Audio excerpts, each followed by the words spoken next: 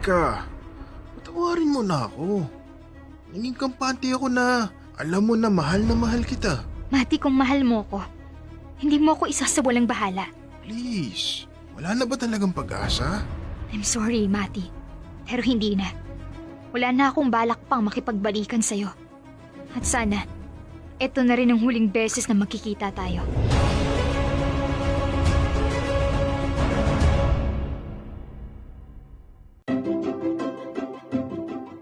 Dear love, ako si Mika, isang gym trainer. In a relationship ako sa katrabaho kong si Mati, na isa ring trainer sa pinagtatrabahuhan kong gym. Nagtatatlong taon na kami, at sa araw-araw na ginawa ng Diyos, ay araw-araw kaming magkasama. Paano ba naman kung anong shift ko sa gym ay siya ring schedule ni Mati sa mga kliyente niya? Well, I find it sweet na laging nakadikit sa akin si Mati. Ramdam ko rin naman sa 3 taong relasyon namin ay parang di na sanay ang nobyo ko na mapalayo sa akin.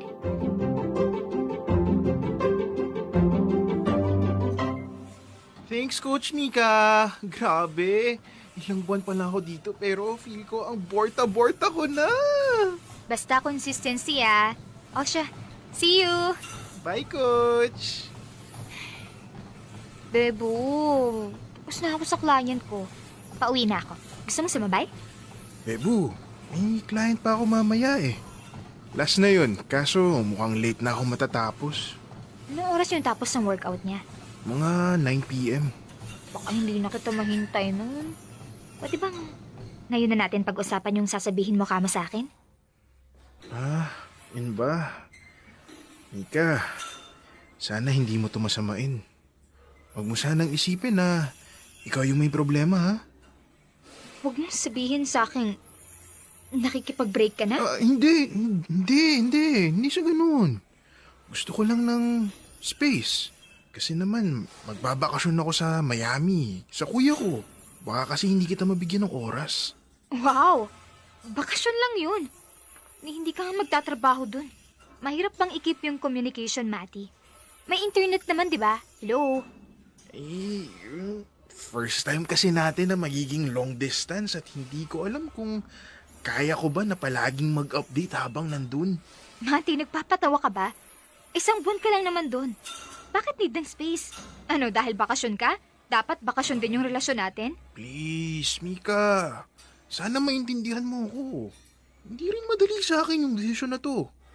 Kaya nga ako nakikipag-usap ng maayos sa'yo. Hindi kita maintindihan, Mati. Sana bago mo naisipang humingi ng space, sinubukan muna natin, di ba? Okay, sige. Sige na. Muna na ako umuwi. Oh, Bebo. Ingat ka. Ikaw din.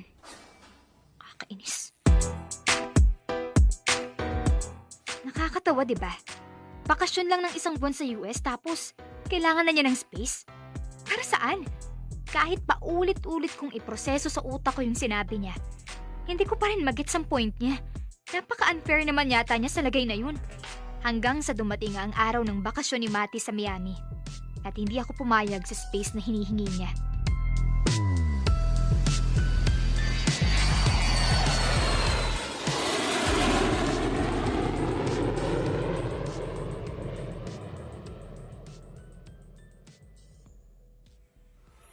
Bestie, tapos na yung 2 minutes of rest mo ha.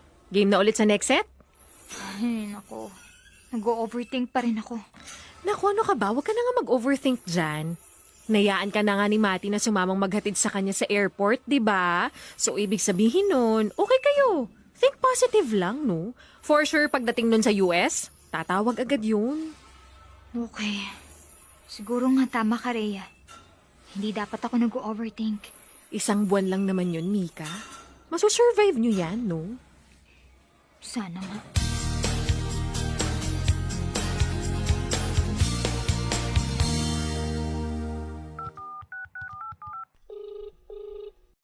Mati, sabi mo tatawagan mo ako pagka-land mo. Anong petsa na? Active ka naman sa socials.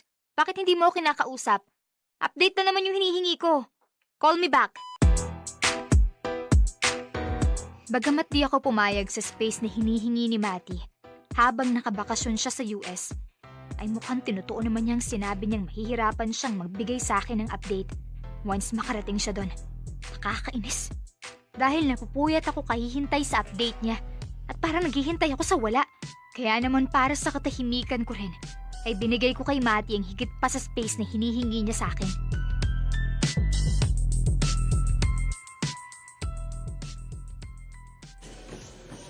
Alam mo girl, tama lang yung desisyon mo na makipaghiwalay na. Kasi ako feeling ko lang, baka nang bababae na yun sa US. Alam mo, yun rin ang iniisip ko. Kaya pala nanghingi ng space para may excuse siya. Dahil hindi rin lang naman siya nag-update sa akin. Hiwalayan na lang, di ba? Gustong maniguro na kapag gusto na niya, ay madali na siya makikipagbalikan sa akin. Grabe naman girl, ang tatag mo Parang hindi ka apektado. Nalungkot din ako syempre. Pero mas naisip ko kasi na mas pahalagahan yung sarili ko. At hindi dapat ako maghabol. I know my worth. Yan, tama yan. Dapat ganyan At marami pang iba dyan, no? Paano naman? Pagbalik ni Mati.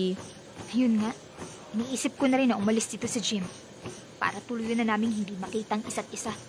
Para naman mas makamove on ako. Alam mo, susuportahan kita dyan. Pero, baka pwede mo naman i-ask si boss kung pwede ka nalang ilipat ng branch, di ba? Nice idea. Sana pumayag si boss. Nga pala, Rhea, pwede bang samahan mo akong bumili ng pusa? Ha? Wait. Seryoso? Bibili ka na? Oo. Ang tagal ko nang gustong magkaroon ng pusa. At siguro, ito na yung best time. Okay. Sige, mamaya. O siya, tuloy na natin tong pang-treadmill natin. Oo. Tinuldukan ko na ang relasyon ko kay Mati. Kasi bakit ko pa ipagpapatuloy, di ba? At para nga kahit papaano, ay mabilis akong makamove on. Naisipan ko na lang na mag-alaga ng pusa.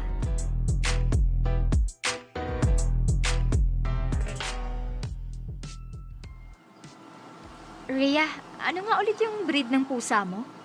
British Shorthair, Mika. Ay, ano bang prefer mong breed, Sa totoo lang, undecided pa ako pagdating dyan eh.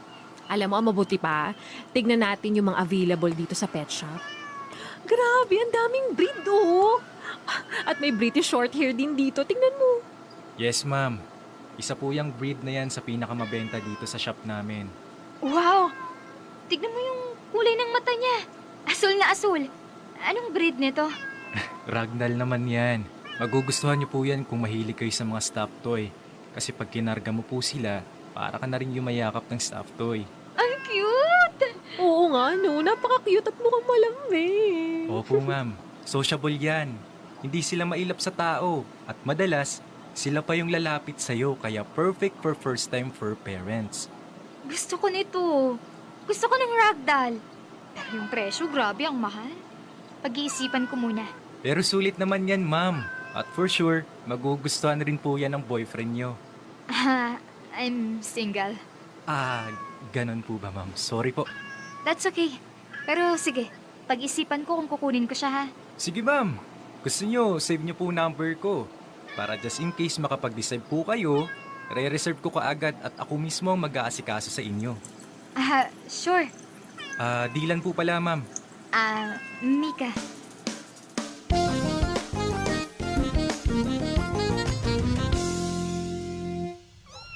Hala, may kuting na nakaharang sa gate. Teka nga. Saan ka galing? Bakit ang dumi-dumi mo? Mukhang hindi ko na ata kailangan bumili, Sign na siguro to? Ano, gusto mo magpaampon? Aalagaan kita pero dapat malinis ka muna. Shhh! Malikam-gam tong tubig. Okay lang yan.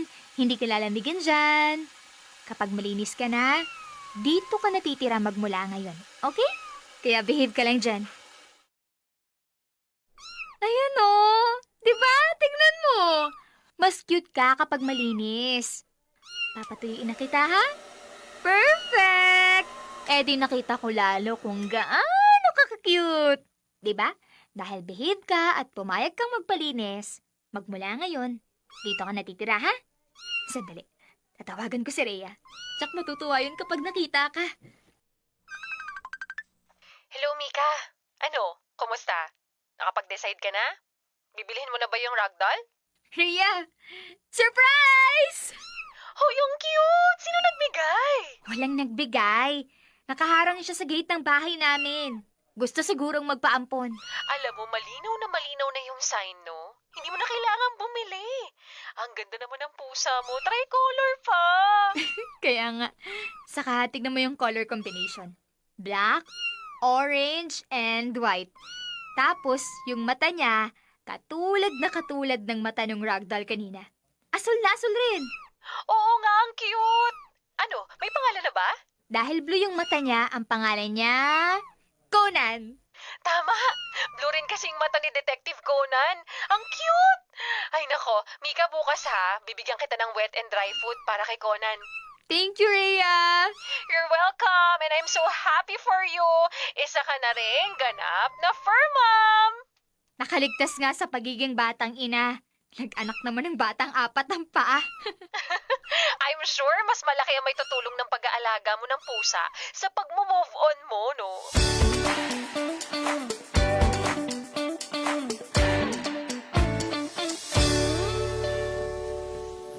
Rhea, labas tayo pagkatapos ng shift natin. Ay, ano ba yan? Nalulungkot na naman ako. Oo nga pala, no? Last day mo na dito sa branch. Desidido ka na ba talaga magpalipat? Final answer na ba yan? Final answer. Ay, naku. Sa bagay, pauwi na nga pala yung ex mo. Ano ka ba? Medyo nawala na rin siya sa isip ko sa pagiging focus ko sa pag-aalaga kay Conan. Ang lambing-lambing ng pusang yun. Tapos kapag alam niya na malungkot ako, pupwesto talaga sa braso ko. Sisiksik. Grateful ako na binigay siya sa akin. Biruin mo ha. 2 weeks pa lang si Conan sa'yo, pero tingnan mo. Ang ganda na niyang tingnan kaysa nung araw na nakita mo siya. Kaya nga. At ang lakas kumain. Kaya mabilis siyang lumaki. Ay, teka, Mika. Maiba muna ako. Paano kapag bumalik na si Mati? Pababalikin mo na rin ba siya sa buhay mo? O buo na talaga ang desisyon mong makikipaghiwalay ka na talaga? Rhea, nawala na lang siya sa buhay ko na parang bula. Walang update. Kaya naman malinaw na sa akin yung mensahe na gusto niyang iparating. Wala nang kami. At wala na rin siyang babalikan. Oh, paano? Nandito na pala yung last client ko. Sige mamaya, treat kita. Sige, sige. Uy, oo nga pala. Last day mo na dito sa branch.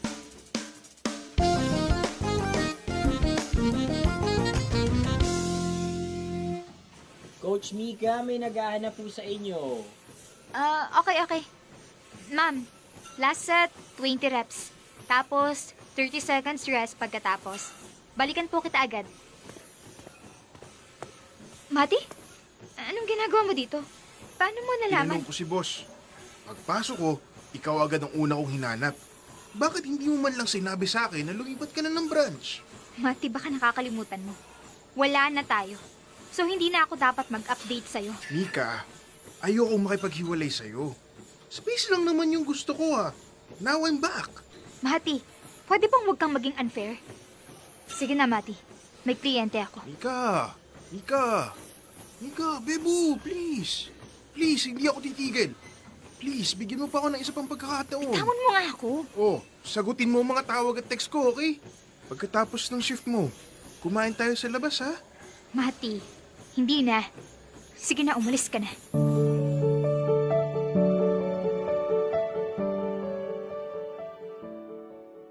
Hi, Conan! May pasalubong ulit ako sa yung wet and dry food. Spoiled na spoiled sa'yo yan ah. Buti na padalaw ko dito sa bahay, Rhea. Pasensya ka na ha. Alam mo naman, iniiwasan ko yung ex ko kaya ayoko munang pumunta sa branch mo. Ay, hindi pa rin ba tapos yung pangungulit sa'yo ni Mati? Tignan mo. Halos sumabog na yung notification ng cellphone ko, kaka-text at tawag. Eh bakit kasi hindi mo na lang i-block? Oo nga no? O sige, eto na. Ibablock ko na. Sus, gusto mo rin kasing makipagbalikan, no? Tumigil ka nga dyan. Hindi no? Ay, kunwari ka pa. O sige na, Mika. Sumaglit lang ako. Una na ako, ha? Miss ko na rin kasi yung pusa ko. Sige. Salamat. Ingat ka. Ay, naku. May nalimutan siguro si Rhea. Conan, dito ka lang muna ha. Sadali lang. Mati? Mika, please, mag-usap tayo. Mati, wala na tayong dapat pang pag-usapan. Please, Mika. O sige, pasok ka. Mika, Okay ka lang? nakangati ako, Mika. Ano nangyari? Sandali, kukuha kita ng tubig. Conan, excuse me lang, wait lang. Mika, Ano? Eto na yung tubig. Mika, kailan ka pa nagkaroon ng pusa? Hindi ako makahinga. Dalhin mo na ako sa ospital, please. Oh my God. Mati, I'm sorry, nakalimutan ko allergic ka nga pala sa balahibo ng hayop.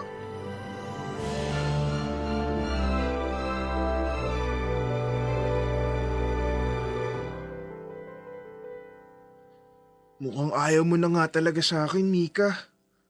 Kasi alam mo naman na may allergy ako sa balahibo ng pusa pero nakalimutan mo na agad. Mati, nung iniwan mo ako at hindi nagparamdam sa akin, nasaktan ako. Araw-araw hinihintay ko na mag-text ka. Mag-update. Pero hindi mo ginawa. Mika, patawarin mo na ako. Naging kampante ako na alam mo na mahal kita. Mati, kung mahal mo ko, hindi mo ako isasawalang bahala. Mika, please. Wala na ba talagang pag-asa? I'm sorry, Mati. Pero hindi na. Wala na akong balak pang makipagbalikan sa'yo. At sana, ito na rin ang huling beses na magkikita tayo. Mukhang hindi na rin naman ako makakapunta sa bahay niyo kasi baka sa ospital na naman ang tuloy ko pag nagkataon. Maraming salamat, Mika.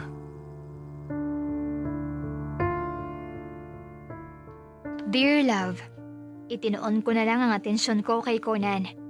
Tutal, matagal ko naman na talaga gustong magkaroon ng alagang pusa. Napipigilan lang dahil nga allergic si Mati sa balahibo ng hayop. Kaya, ito na din siguro naging daan para tuluyan ng matuldukan ang aming ugnayan. Inaamin ko, may kirot pa din sa puso ko.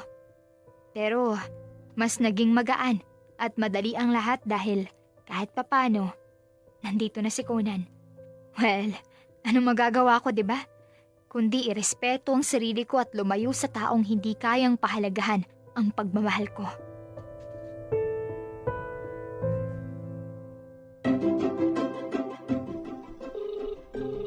Hello po, Dylan's Pet Shop. How may I help you? Hi, Dylan. This is Mika, yung nagtatanong about sa ragdoll. Oh yes! Natatandaan kita. Ikaw yung cute na pumunta dito. So ano, decided ka na ba na kunin itong pusa? Yes, para naman magkaroon ng kasama tong isa ko pang alagang pusa.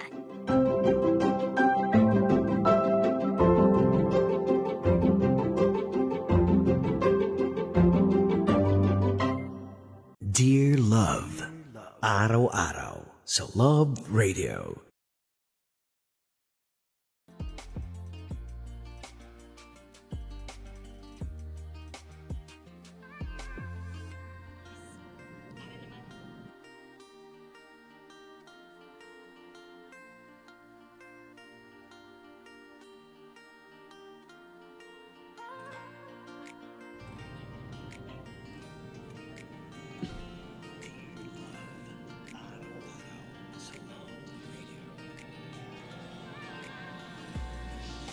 At iyan ang kwento ng ating Dear Love ngayong Feel Good Monday. Ayan, we are live and alive sa ating Facebook page. Kaya naman kung nakikinig ka, pwede mo rin kaming mapanood or ako, pwede mo akong mapanood sa ating Facebook Live sa Love Radio Palawan or sa aking Facebook page sa Mama Morena. So kwento ito ni Mika at ni Matthew, ganyan, with special participation of a friend and si Dylan and ni Conan. Ganon, na pinamagatang space ang hinihingi naging break up. Ganon. Diba? Ay, nako. So, nakita nyo naman, ano? So, yung lalaki or si Mati, yung nag-ask kung pwede ba silang mag-cool off ba, 'di ba? Or humingi ng space dahil nga daw lalayo siya kay Mika, and feeling niya hindi niya mabibigyan ng oras itong si Mika habang sila'y malayo. Nako! Palusot mo lang yan! Charot! Usually, mga ganyang lalaking naghahanap ng cool off tapos lalayo. Nakaw po, yan yung mga ways nila para naman na makatikim-tikim ng iba. Ganon. Aminin mo yan nang sa ganon, walang feeling guilty na, ay, wala naman kami ng girlfriend ko ngayon. Why not, coconut? Let's taste the other flavor. Charot. Diba? Para-paraan lang nila yan. Minsan, pag may nahanap, ganyan, magiging jowa, tapos nun, at pag naging successful, tuluyan na talagang break up, 'di ba? At kapag unsuccessful, ayan, merong fallback, yung iniwan, babalikan. Abay, taray, ano? Pero wag nating husgahan si Mati kasi nga talaga baka naman talagang hindi din kaya, 'di ba, na mabigyan ng oras kapag nasa ibang kapag LDR kayo, 'di ba? Pero hindi ako naniniwala doon sa 24 hours, wala kang isang oras na mailalaan, magkaiba man ang time zone, for sure naman meron kang mailalaan na oras para sa kanya, 'di ba? At siya ay willing mag-compromise kung kailan kayo mag-uusap kahit na LDR kayo, 'di ba? So feeling ko naman si Mika dito ay check lang yung ginawa. Oo, kahit ako din eh. Hindi wag na tayo mag-cool off, maghiwalay na lang kasi parang gano'n na din yun eh. Kasi again, sabi ko nga, pag hindi ka naging successful sa mga ginagawa mong kalokohan, babalikan mo ko. Ano yun to? Ano to? Anong tawag dito? Ha? Charot. Hindi ba? Pero, well, ganon. So, tama lang naman na nakipag-tuluyan ng break-up, makipag-break itong si Mika at matuon ang kanyang atensyon sa kanyang alagang si Conan. At syempre pa, 'di ba? Dahil dyan, feeling ko may book 2 itong istoryang to. Charot. Para kasi nabitin tayo sa dulo ng story, aminin nyo, magkakaroon ng Mika Dylan relationship dahil nga 'di ba, nagbili siya ng ng additional cat, ganyan. So hilig din ng pinagbilhan niya. So most probably, why not? Coconut. Diba? Baka ito na yung chance ng panibagong pagmamahalan. So kayo ba, kabisyo, ano ba yung chika nyo tungkol dito sa ating kwento ng Dear Life? I-share nyo naman yan sa ating Facebook page sa Love Radio Palawan or sa aking Facebook page, message nyo ako sa Mama Morena. Nang sa ganun, kaya nyo bang tumanggap ng cool off o tuluyan ng break up iyan? So ano nga ba talaga, 'di ba? So sa akin ito para sa akin kasi kapag nag-cool off ka, yung iba kasi parang sasabihin medyo hihinayin lang yung sitwasyon, ganyan. Pero yung iba kasi, ang ginagawa, ito yung chance nilang sumubok sa ibang relasyon, 'di ba?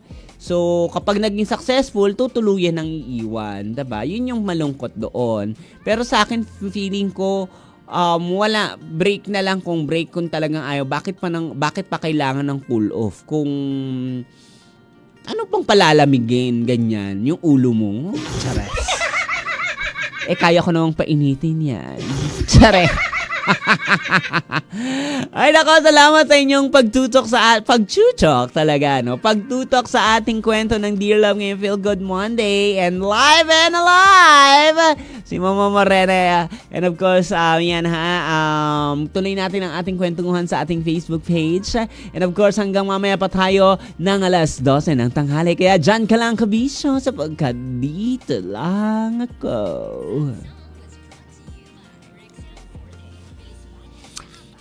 Ayan. Welcome sa ating Facebook Live and Alive. Ganyan, diba? So, yun. So, kwento nga yan ni Mika. Buti na lang, no, natuon yung kanyang pangalan nito, yung kanyang eksena sa pag-aalaga ng pusa at pag-aalaga sa sarili niya. At speaking of pag-aalaga sa sarili, nako, mas maganda diyan kung taga rito ka, Mika, no? Pwede kang pumunta sa Gel Aesthetic para magpa-lashes, magpa-nails, ganyan. At meron na sila ngayon Botox, ganyan. Pwede ka talaga magpa-Botox ng buong ganyan. 'Di ba? Talagang pag single ka kasi kailangan maalagaan mo talaga yung sarili mo. Diba? Why not? Malay mo naman, may another fish in the ocean kang mabibingwit, di ba? Yung hindi willing makipag-cool off sa'yo, talagang willing i-forever ka. Ganon. Di ba? Matagal na yung cool off na yan. Alam mo, panahon pa namin yan. Hindi ko lang sure kung anong tawag ba sa Gen Z ngayon kapag cool off. Is it the same na cool off? Ganyan. Pero ngayon, feeling ko yung mga Gen Z ngayon, wala nang cool off. Ganyan. Mas gusto nila yung, kung tapos na. Wag na nating, eksenahan pa. 'Di ba? So, yun. Tapos, feeling ko, yung mga Gen Z din, they are more open for an open relationship, 'di ba? Dako, panibagong topic na naman yan. For sure, sa susunod nating kwentuhan dito sa Dear Love, makikita natin yan at malalaman natin yan kung ano nga ba yung mga eksena, hindi ba? So, yan. Ay, nako. Nakakaloka itong kwento natin ngayong umagang Itetchiwa, hindi ba? Pero kasi yung cool off, ito yung chance mong makipaglandian talaga sa eBay. Oo, meron akong nakausap one time. Ito lalaki, babae naman yung nagbigay ng cool off na, kasi feeling ko pag babae talaga ang cool off sa kanila, it's more of like, let's less the tension. I-less lang natin yung tension, ganyan. Kapag okay na tayo uli, ganyan, usap tayo. Ayan, diba? So, ganon. Sa guy, ito yung perspective. So, yung babae, yung nakipag-cool off. So, si guy, so, libreng-libre ngayon siya. At sa pagiging libre niya, talagang sinusulit niya yung pagiging cool off. Parang yun ata, para sa kanya, walang guilt factor iyon. Dahil cool off tayo, wala tayo hindi tayo nag-uusap. So, I can do whatever I do. Parang ganon yung eksena niya. So, ganon. So, parang, sabi niya nakikipag-meet din daw siya, ganyan. Pero parang may point siya na dapat hindi rin malaman ng girlfriend, hindi ba? Siguro alam niya rin yung restriction ng cool off na hindi ka maghahanap pa, ganun. Baka may ganun silang usapan. Pero syempre sa lalaki, chance na talaga niyan para ways, kumbaga, 'di ba? Ways na para makipaglandian sa mga dapat landiin at madiin. Charot. 'Di ba? So, ayun. Well, anyway, sa mga kaya ng cool off, very good. Pero sa mga hindi, okay lang yan. Darating din yung panahon na may mga taong hindi kayang i-cool off ka. Diba? Kung nagkakaroon man ng issue, problema in between the relationship, in between the relationship, ang eksena dyan, dapat ang pag-usapan ng maayos. Ganyan. Diba? So, yun siya. Kasi lahat naman ng bagay kung nagkakaroon ng conflict. At sa isang relasyon, hindi mawawala yung conflict. Expect that there is always a conflict. There is no such 100% perfect relationship. Hindi mag-grow ang isang relasyon kung walang nag-aaway. Hindi ba? And yung mga ganyang eksena, that's part of growing up and being mature in terms of relationship. Diba? Wow, taray! Ni Mama Morena, grabe. So, ganun siya. Ay, nako, grabe. Ang daming chika ngayong Feel Good Monday, diba? So, ayun. And salamat sa lahat ng mga nakatutok sa atin sa kwento ng Dear Love. Ayan, bukas uli magchikan tayo sa panibagong storya ng Dear Love na for sure mabibitan nyo ang panibagong storya natin. Kaya tutok ka lagi dito sa 98.3 Love Radio Palawan. Magmula morning hanggang kay Reporters Morning Balita hanggang sa akin na Dear Love sa tambalan ng kumikinang tuwing katanghalian. At sa hapon, babalik si Reporter para makipaglandian. Charot lang. And of course, si Titan Jello at si Rocky Terra para sa Secret File, 'di ba? Kaya make sure nyo na tutok ka lang dito. O siya, kabisyo, maraming salamat sa inyo. See you again tomorrow. Bye!